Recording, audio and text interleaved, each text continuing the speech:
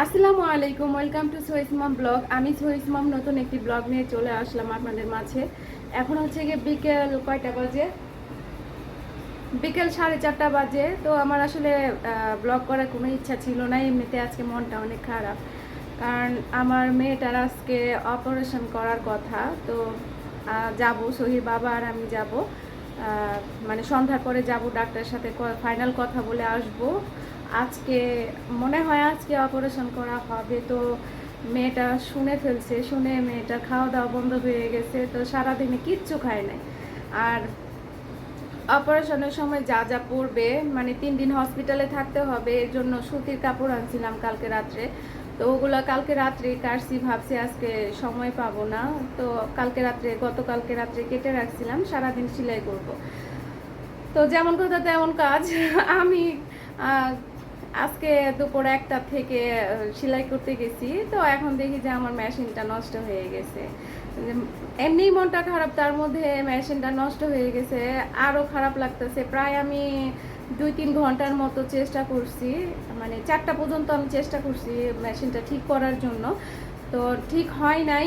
এখন আমি মেশিনটা ওইভাবে রাগ করে ফেলে রেখে বাসায় আসি। বাসায় এসে সোহিকে গোসল করাই দিছি, আমি গোসল করছি। এখন আমার মা রান্না করছে পাতলা খিচুড়ি, সেটা সোহি খাচ্ছে। সোহি আবার পাতলা খিচুড়ি অনেক পছন্দ করে।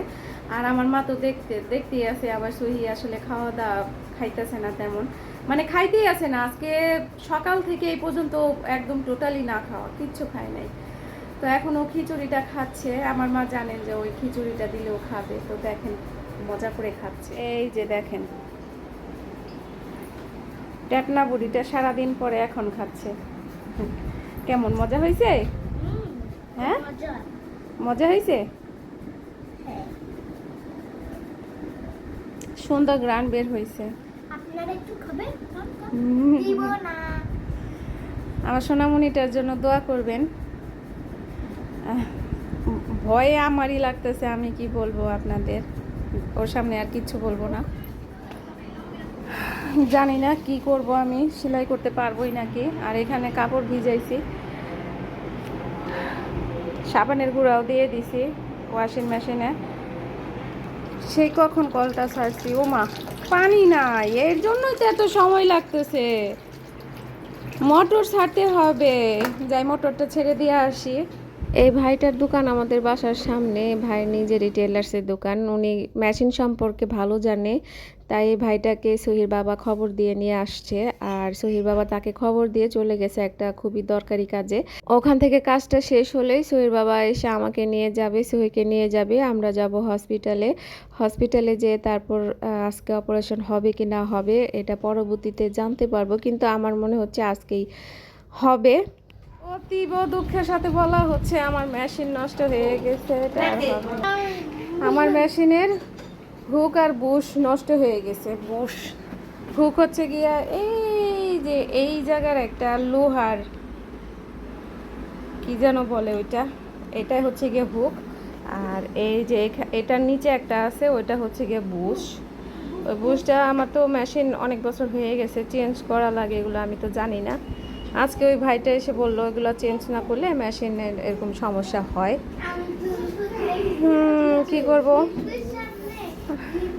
আমার মেয়ের জন্য এগুলো সেলাই করতেছি আমি। মেয়েটা পরবে, নরম নরম কাপড় আনছি, পরে আরাম পাবে। এই যে 3টা সেলাই করা হবে কি হবে না, যাই হোক। এখন তাহলে কি করব বলো? এখন তাহলে আমাদের দোতলা ভাড়াটিয়া আছে আন্টি, ওই আন্টির পা মেশিন আছে, আন্টির পা মেশিনে আমি এই 3টা সেলাই করে নিয়ে আসি। বেশি সময় নেই হাতে, সোহির বাবা গেছে বাহিরে। আবার এই মেশিনটা যে ভাই দেখে গেছে, ওই ভাইয়ের কাছ থেকে আমি সেলাই কাজটা শিখছি। তো ভাই বলতেছে যে তার দোকানে যে সেলাই করে নিয়ে আসতে, কিন্তু আমি যাব না, আমি ওই আন্টির কাছ থেকে পায়ের মেশিনে সেলাই করে নিয়ে আসি। তো ভাইটাকে যদি খবর দিয়ে না আনতাম তাহলে জীবনেও জানতাম না। এতদিন আমি অনেক কষ্ট করে সেলাই করছি, এই বুশের জন্য হচ্ছে গিয়ে আমার সেলাই করাটা মানে সুই বারবার সুতা ছিঁড়ে গেছে। তো আজকে আমি জানতে পারলাম। তো এখন যাই, সময় নষ্ট না করে ওই আন্টির বাসায় যাই, যে দেখি সেলাই করতে পারি না, কি কারণ অনেক বছর ধরে আমি পায়ের মেশিন সেলাই করি না, মনে হয় অতটা ভালো সেলাইও করতে পারবো না। আর তার মধ্যে ওই আন্টির হাজবেন্ড আছে, আঙ্কেল বাসায়, আজকে শুক্রবার বাসায়, আমি কি করবো জানি না। তারপর আল্লাহ, এমনিতে মন ভালো না, তার মধ্যে এই মেশিনটা আমার সঙ্গীর সাথীরা আমার মনটা আরো খারাপ করে দিল। যাই, এই তো চলে আসছি আমাদের বাসার দোতলায়।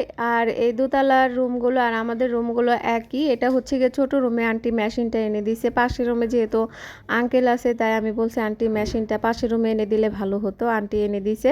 তো সোহির বাবা অলরেডি ফোন দিয়ে দিছে যে তাড়াতাড়ি করো, আমি এখনই চলে আসতেছি। তো সোহির বাবার কথা শুনে আমি আরও তাড়াহুড়া করে কাজটা করতেছিলাম। আজকের মতো ভিডিওটি এখানে শেষ করছি। আল্লাহ হাফিজ।